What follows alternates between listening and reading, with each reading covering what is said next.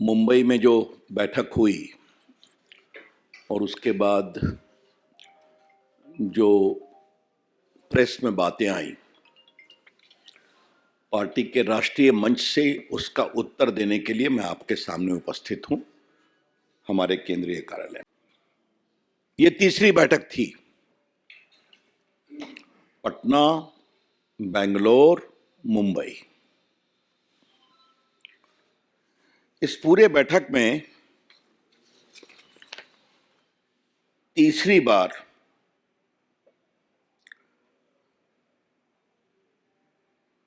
क्या आपको भारत का कोई विजन दिखाई पड़ा? क्या गरीबों के कल्याण के लिए कोई प्रामाणिक विकल्प सामने आया? क्या देश की महिलाओं, बच्चों, स्वास्थ्य के लिए कोई ठोस बातें कही गई? क्या भारत की संप्रभुता, सुरक्षा, आतंकवाद के खिलाफ प्रामाणिक संकल्प का कोई संकेत दिया गया?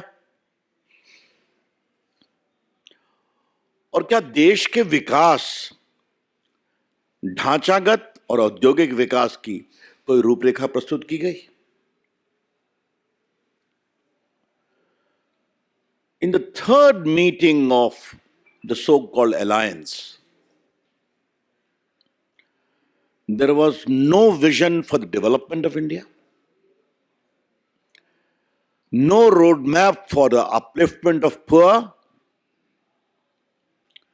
no strategy to address the concern for the farmers, as they claim, or the women or the children.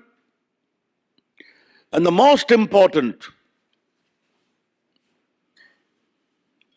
forget roadmap, not even an acknowledgement of the threat to India from terrorism, radicalization, and secessionist forces. Bharat में diversity है। ये लोग भारत में विकल्प की तलाश करने निकले हैं और इनकी पूरी कोशिश सिर्फ एक है, नरेंद्र मोदी जी को मन भर गाली पढ़ो। That's all. Their only recurrent theme is abuse Shri Narendra Modi ji as much as possible. तो आज के उनके प्रेस में और आज के उनके टिप्पणियों में विकल्प की तलाश नहीं थी। कौन नरेंद्र मोदी जी को कितना शापित कर सकता है, इसकी प्रतिस्पर्धा थी।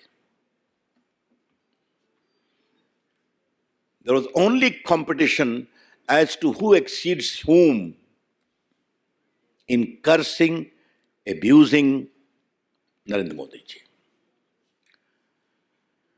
ये लोग चले हैं देश को बनाने के लिए। ये आरोप लगाते हैं कि नरेंद्र मोदी जी स्वयं और उनकी सरकार अधिनायकवादी है, सवालों का जवाब नहीं देती, संविधान के अनुसार नहीं चलती। मैं आप पत्रकार मित्रों से आज एक बात कहना चाहता हूं, यह तीसरी बार हुआ है कि नेता बैठे हैं, कोई पत्रकारों के प्रश्नों का जवाब नहीं दिया गया। आई एम रिपीटिंग, पटना में एक दो सवाल हुआ, फिर नीतीश जी ने कहा हो गया। बेंगलुरु में कहा गया समय नहीं है, और मुंबई में आपने देखा। तो आप सवालों का जवाब नहीं देंगे, प्रेस कॉन्फ्रेंस करेंगे, कैसी ऑर्गेनाइज हुई छोड़िए, उस पर मुझे कुछ नहीं कहना, लेकिन आरोप हम पर लगाएंगे। ये कौन सा आचरण है भाई? लेकिन आज मुझे सबसे कौतूहल हुआ है, जो तथाकथित इंडिया का रेजोल्यूशन जो है, ये मेरे पास है, जो उसको रिलीज किया गया है, जरा मैं उसको पढ़ना चाहता हूं। We, the India parties, hereby resolve to contest the forthcoming Lok Sabha election together as far as possible. Seat sharing arrangements in different states will be initiated immediately and concluded at the earliest in a collaborative spirit of give and take. ये give and take शब्दावली ने मुझे बहुत ही प्रभावित किया है। प्रभावित क्या कहूं, कौतूहल दिया है। इनको कोई आश्चर्य नहीं है ना। इस अलायंस के लोग गिव एंड टेक की भाषा से बहुत परिचित है। इनकी पूरी राजनीति गिव एंड टेक पर आधारित है। पूरा 2G गिव एंड टेक था, पूरा कोल स्कैम गिव एंड टेक था, पूरा आपका कॉमनवेल्थ गिव एंड टेक था। और लालू प्रसाद जी और उनकी सरकार ने तो गिव एंड टेक की पराकाष्ठा प्राप्त कर दी साहब। चारा घोटाले में सजा मिल गई, एक नहीं कई केसेस में हैं बेल पर, तो साहब नए नए प्रकरण खुलते हैं। जमीन दो नौकरी लो। तो गिव एंड टेक का इससे बड़ा नमूना क्या हो सकता है। मैंने एक बार कहा था और आज इनकी बैठक के बाद, इनके प्रस्ताव के बाद उसको मैं दोबारा दोहराना चाहूंगा। अनिल बाबू पहाड़ के पंडित जी हैं, तो इनसे हमारी आध्यात्मिक चर्चा भी कभी कभार होती है। तो ये अपनी संरचना जो है, ये पंच तत्वों से हम बने हैं। हाँ, भारतीय संस्कृति संस्कार में, हिंदू सनातन धर्म में हम कहते हैं कि ये जीवन 5 तत्वों से बना है। जल, थल, नभ, वायु, अग्नि। The human existence owes itself to 5 elements: the earth, the fire, the air, the sky and the आपके एयर बताया। अब आप देखिए, इन लोगों ने किसी भी तत्व में भ्रष्टाचार को नहीं छोड़ा। यह है इनकी बिसात। आज हम देश को दोबारा बताना चाहते हैं। अब जरा थल के भ्रष्टाचार की बात लीजिए आप। क्या क्या हुआ? कॉमनवेल्थ हुआ, आदर्श घोटाला हुआ, बिहार में चारा घोटाला हुआ, बिहार में अलकतरा घोटाला हुआ। इनको थल से ही संतोष नहीं हुआ तो पाताल में भी चले गए, वहां कोयला घोटाला कर दिया इन लोगों ने। आकाश में हेलीकॉप्टर घोटाला कर दिया। और वायु क्या है? 2G तो वायु से ही चलता है ना। तो पूरा तो 2G या स्पेक्ट्रम घोटाला है वायु के साथ। समुद्र जल की बात लीजिए तो सबमरीन घोटाला हुआ वहां पर। और अग्नि के बारे में बहुत चर्चा हम लोग कर चुके हैं कि बीकानेर में जो दामाद श्री को जमीन दी गई है, सूर्य के किरणों से अग्नि निकालने के लिए वहां प्लांट लगाए जाएंगे, उसमें कितना FIR हो आप जब भी जानते हैं। तो this is the record of the so called India parties, और वो हमें सीख दे रहे हैं। तो इस तीसरी बैठक का एकमात्र नतीजा यह है कि उन्होंने अपने गिव एंड टेक प्रिंसिपल को फॉर्मली पॉलिटिकली भी माना है। न कोई संयोजक बना, न कोई कमेटी बनी, एक गिव एंड टेक प्रिंसिपल को स्वीकार किया गया। चलिए उनकी बात है।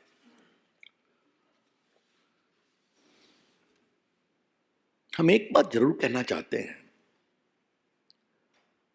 लेटेस्ट सर्वे में नरेंद्र मोदी जी की लोकप्रियता प्यू सर्वे में आपने देखी है, दुनिया में भी देखी है, भारत में भी देखी है। ये कैसे शब्दों का प्रयोग करते हैं। लालू प्रसाद जी, राहुल गांधी।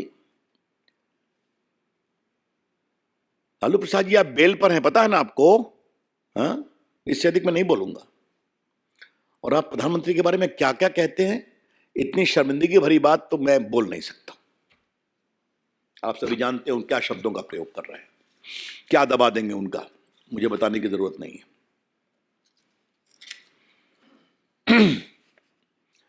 लेकिन आज कुछ राहुल गांधी के बारे में फिर बताने की जरूरत है। राहुल गांधी जी, क्या आप चीन के प्रवक्ता हो गए हैं क्या? और ये बात हम बड़ी जिम्मेवारी के साथ बोलना चाहते हैं।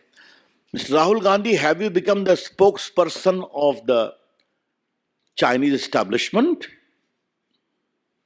और ये बात मैं बहुत जिम्मेवारी से कहना चाहता हूं कि भारत की सेना ने लद्दाख के बारे में बार बार बताया है, गलवान में क्या हुआ, बाकी जगह क्या हुआ, हमने क्या क्या काम किया, क्या साहसिक काम किया। आप सेना को भी विश्वास नहीं करते हैं तो आपसे और क्या अपेक्षा की जाए? आप सेना की शहादत का सबूत मांगते हैं तो आपसे और क्या कहा जाए? कैसे कैसे लोग आपके मित्र हैं और आपके प्रमोट करते हैं जिनको चाइना फंडिंग करता है। आपके पूरे पिताजी के नाम के एनजीओ को कहां कहां से पैसा मिला है, यह चर्चा अनिल जी यहां कर चुके हैं, हमारे प्रवक्ता मित्र कर चुके हैं, मैं दोहराऊंगा नहीं उसको, उसकी फोटो भी आपको दे चुके हैं। लेकिन क्या राहुल गांधी इतनी बेशर्मी से कांग्रेस चाइना के प्रवक्ता बनेंगे? यह सवाल में आज मुझे उठाना है। आपके नाना जी के समय 4,500 किलोमीटर की जमीन चली गई। राहुल जी, आज मैं आपको कुछ पार्टी के केंद्रीय मंच से कुछ याद दिलाना चाहूंगा। आपके पर नाना जी जवाहरलाल नेहरू का स्टेटमेंट याद करिए। उन्होंने आकाशवाणी में कहा था, my heart goes for Assam, जब भारत की सेनाएं चीन के द्वारा हराई जा रही थी। और जब उनसे पूछा गया तो उन्होंने कहा, those are land where not a blade of grass grows. तो राहुल गांधी जी, आज आपको मैं एक बात याद दिलाना चाहता हूं कि महावीर त्यागी एक बहुत बड़े फ्रीडम फाइटर थे, कॉन्स्टिट्यूएंट असेंबली के सदस्य थे। उन्होंने कहा, जवाहरलाल नेहरू जी, मेरे सर पर बाल नहीं है, आप अपनी टोपी हटाइए, आपके सर पर भी बाल नहीं है, क्या करेंगे हम दोनों के सर का आप? ये तो आप कुछ पढ़ते नहीं है, होमवर्क करते नहीं है। तिब्बत कब गुलाम हुआ था राहुल गांधी? आज तक है। दलाई लामा कब भागे थे? कुछ मालूम है आपको? कुछ नहीं जानते। लेकिन हर बार आकर के चाइना के प्रवक्ता के रूप में भारत के सेनाओं के मनोबल को कमजोर करने की कोशिश करेंगे। यह बहुत दुर्भाग्यपूर्ण है। और मैंने एक बार यह बात संसद में कही थी, आज मैं पार्टी के मंच से इसको दोहराना चाहता हूं। राहुल गांधी जी, आपकी सरकार की ऑफिशियल लाइन थी मनमोहन सिंह के समय कि हमने चाइना से सटे भारत के हिस्सों पर इंफ्रास्ट्रक्चर का विकास करके चाइना को इरिटेट नहीं करना है। ये हमारे ऑफिशियल लाइन है। We have not to unnecessarily irritate China by developing the infrastructure of roads and bridges along the whole Ladakh to Arunachal Stress. और आपके A.K. एंथोनी साहब रक्षा मंत्री का पार्लियामेंट में वक्तव्य है, और मैं आज कम से कम टीवी मीडिया से रिक्वेस्ट करूं उनको दिखाया जाए। एक बार दिखाया गया था। और आज लद्दाख से लेकर अरुणाचल तक राहुल गांधी, सारी सड़कें बन गई हैं, सारी पुलिया बन गई है, और सेना के ट्रक सामान लेकर के दौड़ते हैं, औजार लेकर दौड़ते हैं। राफेल के बारे में आपने क्या क्या कहा, ये तो सभी जानते हैं। उस पर भी आज राफेल जब गरजता हुआ उड़ता है तो भारत अधिक सुरक्षित होता है। तो हम इतना कहना चाहेंगे कि क्या कहीं ना कहीं चाइना भी आपके अलायंस से प्रसन्न हो रहा है क्या? राहुल गांधी, क्या आपको बार बार चाइना की स्तुति गान करना पड़ता है? ये मैं संशय के आलोक में यह सवाल उठा रहा हूं। Mister Rahul Gandhi, on behalf of the BJP, we would like to raise an important issue in the light of surrounding suspicious circumstances. क्या हर बार आपके अलायंस की बैठक में चाइना का स्तुतिगान होना जरूरी है क्या? यह बड़ा गंभीर सवाल है और इसमें कोई बड़ी बात नहीं है कि आपके अलायंस को सपोर्ट करने वाले बहुत से मीडिया हाउसेस चाइना के द्वारा फंडेड है, तो आप ही लोग ने कहा है। कभी होगा तो पूरा विस्तार से हम विषय आपके सामने रख देंगे।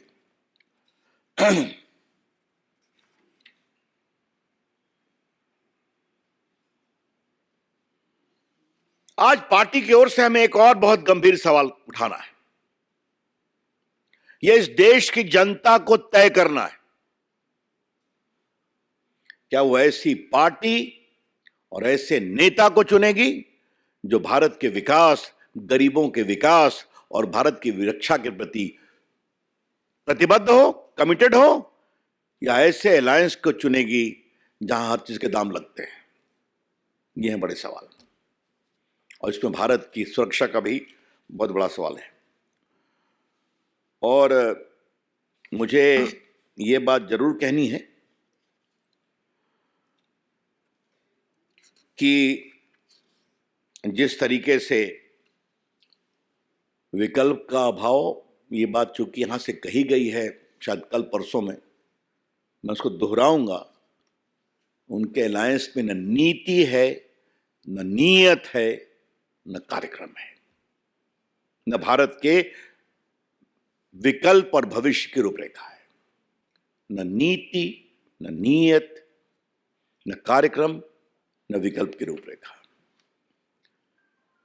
और उस अलायंस के लोगों को समझना पड़ेगा कि नरेंद्र मोदी की सरकार क्यों लोकप्रिय है। इसलिए कि 50 करोड़ लोगों के अकाउंट खुले, इसलिए कि 27 लाख करोड़ रुपए भेजे गए हैं, लाखों करोड़ रुपए बचे हैं उनके अकाउंट में डायरेक्ट बेनिफिट ट्रांसफर में, इसलिए कि भारत आज दुनिया की डिजिटल पावर बन गया है, इसलिए कि भारत दुनिया की स्पेस पावर बना, इसलिए कि 11 करोड़ किसानों के अकाउंट में एक बटन दबाते ही 1 लाख करोड़ रुपए जा रहे हैं, इतनी सड़कें बन रही हैं। आज भारत में बना हुआ वेपन आज दुनिया में जा रहा है। आज भारत ने अपने एक्सपोर्ट को आगे बढ़ाया है, मोबाइल मैन्युफैक्चरिंग से लेके इलेक्ट्रॉनिक मैन्युफैक्चरिंग में। इससे आपको परेशानी है? आज भारत के खिलाड़ी दुनिया में क्या नाम कर रहे हैं, इससे आपको परेशानी है? कृपया करके आपके अलायंस के लोग देश का मनोबल न तोड़े। राजनीति होती है, होती रहेगी, लेकिन मोदी विरोध के कारण आप देश का विरोध करने लगे, देश की संकल्प को कमजोर करने लगे, ये बहुत पीड़ादायक है। मित्रों, बाकी तो वो अपना घूमेंगे, करेंगे, देश आजाद है, घूमने में क्या दिक्कत है। लेकिन न देश उनकी बात आज सुनता है, न देश उनकी बात आगे सुनेगा। अंतिम बात मुझे क्या कहनी है, फिर मैं आपके प्रश्नों का उत्तर दूंगा। हताशा में हार होती है, आशा में जीत होती है। आई रिपीट, हताशा में हार होती है, आशा में जीत होती है। If you are desperate, you will surely be defeated. If you entertain hope, you may be redeemed. ये तो बहुत पुरानी कहावत है, लेकिन पूरे में बस हताशा है तो हार भी निश्चित है। धन्यवाद। नीरज पांडे,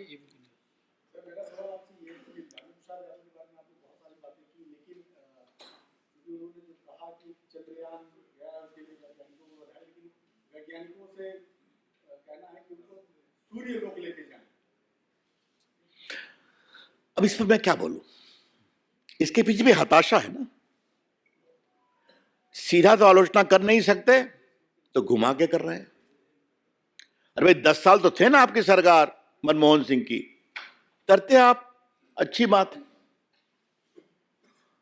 अब तो मैं बताऊंगा अनिल जी आपको, पता नहीं, आपको एक बार अपनी टीम को लगाइए कि जो उधर से कमेंट हो रहा था उसमें खाली 62 के पहले नेहरू जी ने क्या किया था यही दिखाया जा रहा था, बाद में कुछ नहीं दिखाया जा रहा था। ये है उनकी स्थिति। राहुल गांधी ने एक बार फिर से आरएसएस पर निशाना साधा। उन्होंने कहा कि उनका जो गठबंधन है उसमें बब्बर शेर भी और शेर मियां भी है, लेकिन संघ वाले आरएसएस वाले अपनी जिंदगी जीना नहीं जानते, लक्ष्य लेकर भाग जाते हैं। देखिए, मैंने राहुल गांधी के इस सवाल पर संसद में जवाब दिया था और उसको मैं आपके सामने दोहराना चाहता हूं। एक तो पहली बात है, अगर राहुल गांधी आरएसएस का पूरा फॉर्म बोल देंगे तो हमें बहुत संतोष होगा। हमें डाउट है कि उनको आरएसएस का पूरा नाम पता है। मुझे डाउट है उनको आरएसएस के ओरिजिनल संस्थापक का भी नाम पता है। लेकिन राहुल गांधी जी, आज मुझे आपको एक बात कहनी है। आपके पिताजी, आपकी आदरणीय दादी जी और आपके आदरणीय परनाना जी, ये सब आरएसएस को कोसते रहे। इनकी पूरी राजनीति, आज आरएसएस कहां से कहां पहुंच गया, हम सबों को गर्व है। हम उसके स्वयंसेवक रहे हैं। इतनी बड़ी संख्या में एमपी, मुख्यमंत्री, प्रधानमंत्री भी संघ का प्रचारक रहा है। तो ये बाकी क्या विकास की दिशा में, क्या वनवासी की दिशा में, क्या शिक्षा के क्षेत्र में इतना संघ का विस्तार हुआ है।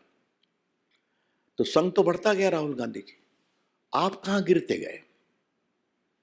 आपका नंबर देखिएगा तो कृपया करके कोसते कोसते आप कितने सिमट गए हैं, एक बार इसका विचार करिए, अच्छा लगेगा। यस। एक सवाल ये कि आज अनाउंस होने वाला था लोगो और कन्वीनर फॉर इंडिया अलायंस का ही अनाउंस होने वाला था, वो हुआ नहीं। आप मानते हैं नीतीश कुमार ने बहुत बड़ा झटका है? मुझे किसी ने बताया कि नीतीश कुमार फिर कोप भवन में जा रहे हैं, वो चले जाते हैं गाय बगाए। हाँ, तो अब पता नहीं, ये तो अनिल जी मालूम करेंगे कि अभी क्या स्थिति है पटना लौटने के बाद उनकी। लेकिन उनका तो खिला राहुल हमारे बिगाड़ दिया लालू जी ने ही। उन्होंने कहा एक संयोजक क्यों, कई संयोजक बन सकते हैं। तो ये लड़ाई है बड़ी रोचक। भतीजा को मुख्यमंत्री नहीं बनाएंगे तो समस्या आएगी।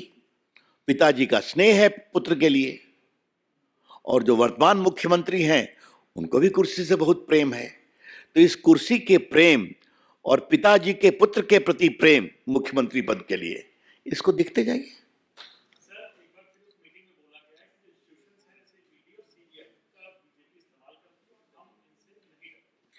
ऐसा भैया, ये तो बहुत दिन से सुन रहे हैं ना, कोई नई बात तो है नहीं। लेकिन आज पूछा गया है तो अनिल जी मुझे जवाब देने दीजिए, एक भी ईडी सीबीआई के केस में इनको न्यायालय से राहत मिली क्या? मैं बोलना चाहता हूं। दिल्ली के तथाकथित लोकप्रिय पूर्व उप मुख्यमंत्री कितने दिनों से जेल में हैं? कितनी बार बेल की कवायद कर चुके हैं? बाकी लोग कितनी बार अंदर गए हैं? आप मुझे बताइए। तो ये देखना चाहिए ना भैया। आप शिक्षा का घोटाला करेंगे, कोयला का घोटाला करेंगे, माइन का घोटाला, तो आपकी कार्रवाई नहीं होगी क्या? ये जो छत्तीसगढ़ के मुख्यमंत्री हैं, वहां पर क्या क्या घोटाला हो रहा है, उनके कितने अफसर पकड़े गए, सच्चाई नहीं है क्या? कभी भी उन्होंने मेरिट पर नहीं बोलते हैं कि अपने आरोप गलत, ये नहीं बोलते हैं, बस ये बात है। सर, सबकी पार्टी का कहना है कि 60% लोग जो हैं वो उनके साथ हैं, 28 दलों का गठबंधन है और उसका विस्तार ही होगा। दिन में ख्वाब देखने पर कोई मनाही तो नहीं है ना, देखने दीजिए। जनता किसके साथ है ये तो आप लोग का सर्वे दिखा रहा है। एक नहीं, 2, 3, 4 सर्वे आ चुका है, तो देखते रहिए। हाँ, उनको शेख चिल्ली के हसीन सपने देखने से हम कहां से रोक सकते हैं? विकास राहुल गांधी ने आज बोला कि अंग्रेज भी भारत को कांग्रेस मुक्त नहीं कर पाए। कांग्रेस मुक्त भारत को कांग्रेस मुक्त करने का सपना जो देख रहे हैं वो कभी पूरा नहीं। मैं एक ही बात कहूंगा, राहुल गांधी, जो आपकी राजनीति चल रही है उसमें आप खुद ही कांग्रेस को देश से मुक्त करा देंगे। अगर आप सावरकर ऐसे देशभक्तों पर गाली देते रहेंगे, अगर आप चाइना की बैटिंग करते रहेंगे, तो क्या कांग्रेस पार्टी के लोग उससे परेशान नहीं है क्या? तो आप स्वयं ही कांग्रेस को देश से मुक्ति का रास्ता बना रहे हैं, लेकिन मजबूरी ये है कि कोई कुछ बोल नहीं सकता, क्योंकि राहुल गांधी को लॉन्च करते हैं, रिलॉन्च करते हैं, सुपर लॉन्च करते हैं, लेकिन बाजार में कौन सा माल चलेगा ये तो बाजार स्वीकार करेगा ना। अब नीतीश कुमार के काल्पनिक सवालों का तो मुझे कोई जवाब नहीं देना है। अब वो जो बोलते हैं बोले। लेकिन नीतीश कुमार ने आज एक पहली बार बात कही कि भारत का इतिहास बदला जा रहा है, उन्होंने पहली बार कहा है, तो इसका जवाब देना हमको जरूरी है। नीतीश कुमार जी, आप ये बताइए, सरदार पटेल की प्रतिमा लगी है, इसको आप ठीक मानते हैं, गलत मानते हैं? दुनिया की सबसे बड़ी प्रतिमा। नीतीश कुमार जी, सुभाष चंद्र बोस को दिल्ली में सम्मान से लगाया गया है कर्तव्य पथ पर, इसको आप उचित मानते हैं कि नहीं? नीतीश कुमार जी, वामपंथी इतिहासकारों ने कहा था कि भगत सिंह, रास बिहारी बोस, ये लोग टेररिस्ट रेवोल्यूशनरी थे, आतंकवादी रेवोल्यूशनरी थे, पढ़ाया जाता था। नीतीश जी, सुहलदेव के बारे में नाम सुना है आपने, जिसने गोरी के गजनी के बाद उनके सेनाओं को हराया? आपने कभी आसाम के बहादुरों का नाम सुना है जिन्होंने कभी मुगलों को कब्जा नहीं करने दिया? तो नीतीश बाबू, आप जिनके साथ गए हैं आजकल, उन्होंने देश के वीरों का इतिहास छुपाया है, उसमें कई ओबीसी के भी समाज के हैं। आज उन वीरों का सम्मान हो रहा है, आप थोड़ा सीखिए। विपक्षी गठबंधन INDIA की 2 दिन चली मुंबई में बैठक पूर्ण हो चुकी है और उसके बाद अब जो यहाँ पर प्रेस कॉन्फ्रेंस में तमाम बातें जो अलग अलग नेताओं की तरफ से, अलग अलग दलों की तरफ से कही गई हैं, उसी को लेकर के यहाँ पर प्रतिक्रिया जो है वो भारतीय जनता पार्टी की तरफ से देने के लिए कुछ ही देर में पूर्व केंद्रीय मंत्री रविशंकर प्रसाद जो है बीजेपी हेडक्वार्टर्स में प्रेस कॉन्फ्रेंस करेंगे। और 2 दिन की जो चर्चा हुई है INDIA की, उसमें जो तमाम बातें निकल करके सामने आई हैं, जो रेजोल्यूशन निकल करके सामने आए हैं और जो यहाँ पर अलग अलग बयानबाजी की गई है प्रेस कॉन्फ्रेंस में, उसको लेकर के अपनी राय रखेंगे।